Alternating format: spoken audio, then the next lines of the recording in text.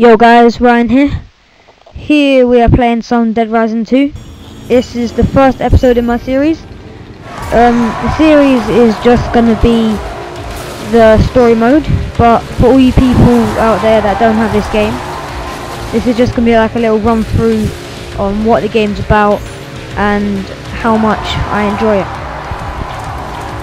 If you don't have this game, I highly recommend that you buy it because the missions are amazing, the gameplay is amazing, and it's just so much fun to play. This part that I'm playing now is called Terror is Reality. It's this guy called Chuck, who's on a motorcycle. He is killing zombies with 2 chainsaws on the side of each of his handles. The person who gets the most amount of points wins, and the zombies that have the pinky ball things on top of them give you the most amount of points.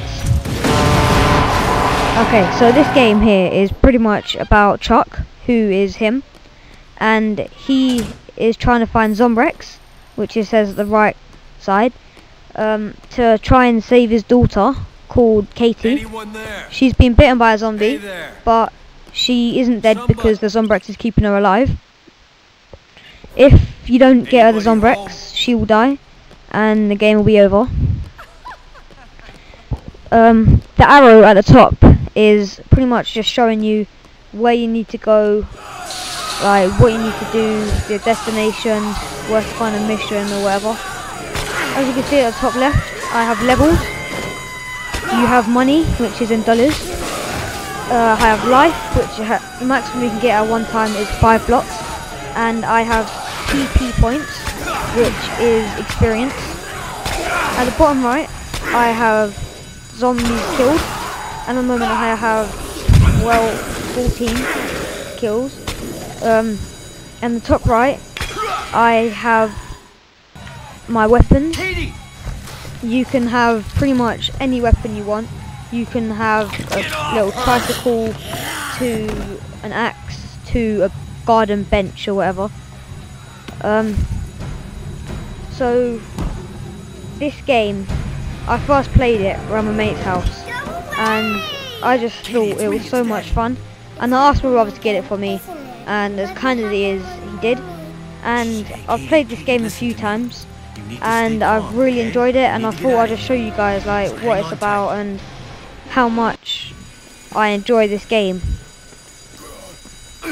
This game's missions are amazing because you get all sorts of missions, from like escorting people, which you get like money and PP points for, to like killing certain amount of zombies, or just killing what they call looters, who are humans but are on the zombie side, and you'll see them later on in this clip.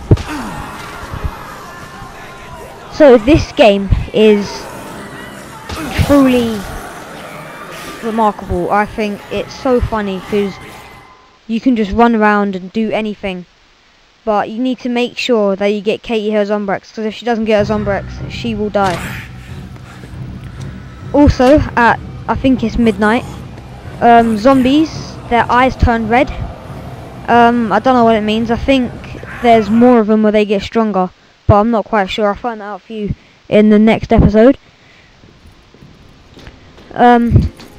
You can combo weapons, so you can get like a baseball bat with nails in it, to get in, say, a broomstick with a chainsaw on each end.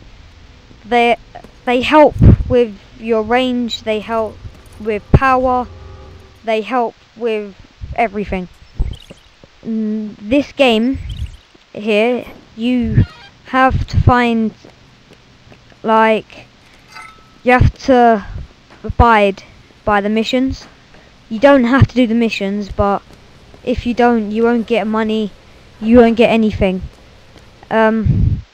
Chuck has found a way here of like a secret passage to get in out, so then he can quickly pop out and pop in. Now on to escorting people. When you escort someone, you can bring them with you. They're humans and they are survivors. You take them with you and you bring them back to the safe house, which is where I left Katie. You can throw swords and axes, and you can throw baseball bats and stuff. Square, if you're a PS3 user, is to attack, and you can also get orange juice or whatever, or food to heal health, to get you more health. But if you already have 5 blocks, then you can't get any more health. When you save this game, you have to go to a restroom, which can be quite frustrating sometimes, because if you just wanna quickly jump on here, have like a quick hour's play, then you need to rush out. You need to find a restroom, you need to get there, and sometimes it can be in 3 or 4 different zones till you get there. Instead of just pressing start and then going straight on to like the menu and scrolling down and going on save, you have to find a restroom. And in a way it's better because it's like more into the game, but then it's bad because if you have to rush, then you might not be able to save the game, and that's happened to me a few times and it's really frustrating. You can buy clothes, which you see here. I've got some nice trainers and I've got a skater outfit. You can buy Zombrex at a pawn shop, not P-O-R-N but P-A-W-N, pawn shop, but I'm not sure how much it is, but you're gonna need Zombrex at 7 AM in the morning every day to give to Katie. And as you can see at the right of my screen, it says find Katie Zombrex, and then it has an arrow, and that's the mission that I'm doing at the moment, and it has a bar, and when that bar turns red or disappears, it means that the mission is over and you cannot do it again. Some of these zombies are really feisty and they cling onto you, and if you're a PS3 user like now, you have to toggle the left analog stick around in a circle until they get off you.